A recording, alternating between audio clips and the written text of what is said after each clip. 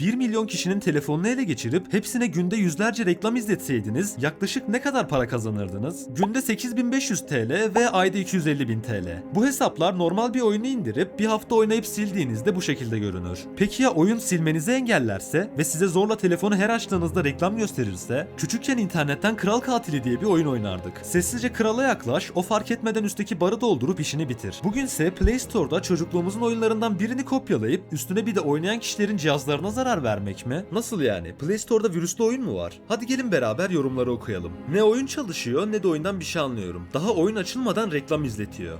Reklam virüsü var, sakın indirmeyin. Telefonu komple değiştiriyor. Nereye basarsanız reklam çıkıyor. Bu oyun falan değil. Sadece telefon ayarlarını değiştirip başka uygulamalara girince reklam çıkarıyor. Ana ekranda bu oyun olsun diye bir şey geldi. Tamam dedim ve virüs bulaştı. Play Store'dan kalkması gereken bir adware. Play Store yetkililerinin acilen kaldırması lazım. Adware mı? İyi de bu oyunda reklam olmaması lazım. İnanmıyorsanız gelin şuraya bakalım. Gerçek oyuna baktığımda yayıncı adının hemen altında bu oyun reklam içerir yazısı görüyoruz. Ancak bu oyunda öyle bir şey göremiyoruz.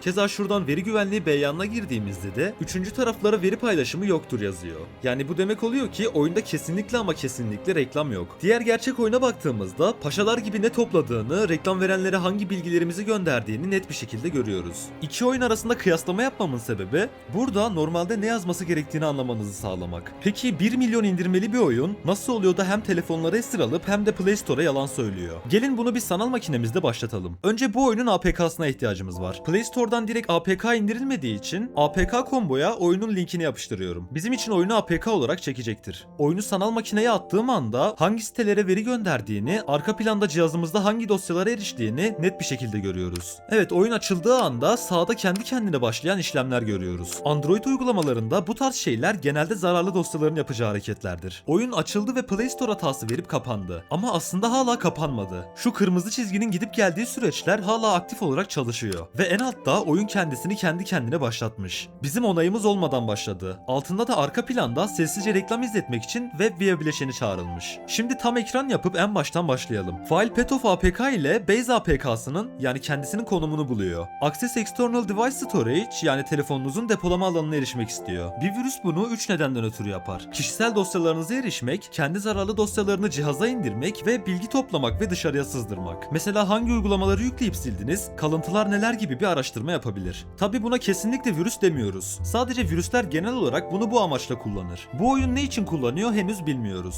Altında Detex Kemu Emulator diye bir süreç görüyoruz. Kemu en basit tabiriyle bilgisayarınızda telefon çalıştırmanıza olanak sağlar. Şurada gördüğünüz request edilen data eğer 0 dönerse gerçek bir cihazdayızdır. Ama 1 dönerse şu anda bilgisayarda çalışan bir Kemu emülatöründeyizdir. Ama şu request data kısmındaki çağrının nereden geldiğine bakın. Pair Application'dan geliyor. Yani resmi Google Play'den geliyor. Oyunda aldığımız o Google Play hatasının sebebi bu olmalı. Şurada 10 tane bağlantı başlattığını görüyoruz. HTTP request kısmına baktığımız zaman bir sürü farklı reklam sunucusuna veri gönderdiğini görüyoruz. Şurada çağrılan 3 istekten farklı telefon markalarını tespit etmeye çalışmış. Eğer telefonumuz Huawei olsaydı ya da şu ikisinden biri olsaydı ne olacağını bilmiyoruz. Aşağıda bir sürü reklam oynatma servisleri çağrılıyor. Şimdi gelelim kendi kendini başlatan uygulamaya. 2 tane daha bağlantı kurmuş. Network operatörü ve sim kartı operatörlerimizi okumuş. Ülkemizi tespit etmeye çalışıyor. Kendi uygulama simgesini gizlemiş. Bu Play Store'daki yorumlarla da örtüşen bir hareket. Yorumdakiler uygulamayı kaldıramadıklarını söylemişlerdi. Launcher olan bir uygulamayı kaldıramazsınız. Oyun en başta açılırken launcher olarak kendisini ayarlamamızı istiyor. Yapalım dediğini.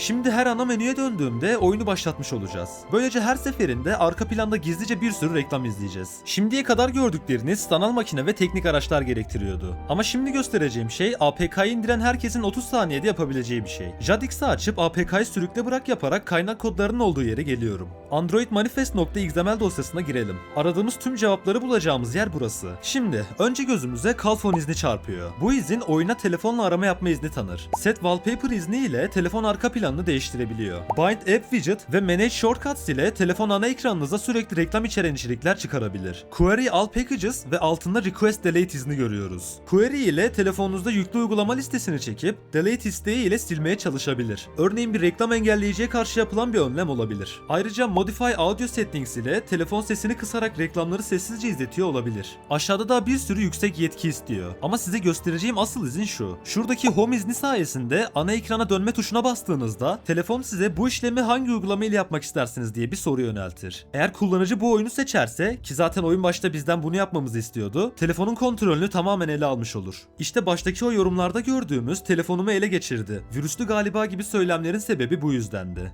Bu arada kaynak kodlara giremiyoruz. Obfuscate etmişler. Bu oyunu yüklediyseniz telefonunuzun kapatma tuşuna basılı tutup güvenli modda tekrar başlatın. Daha sonra ayarlara girip uygulamalar kısmından oyunu kaldırın. Güvenli moda giremediyseniz de Play Store'a girip oyun ismini aratarak indirme tuşu yerine çıkan kaldır butonunu da kullanabilirsiniz. Tüm bunları öğrettiğim zararlı APK dosyaları nasıl analiz edilir, sıfırdan öğrenebileceğiniz bir eğitim serisini ikinci kanalımda çekiyorum. Dilerseniz açıklamadan o seriyi de izleyebilirsiniz.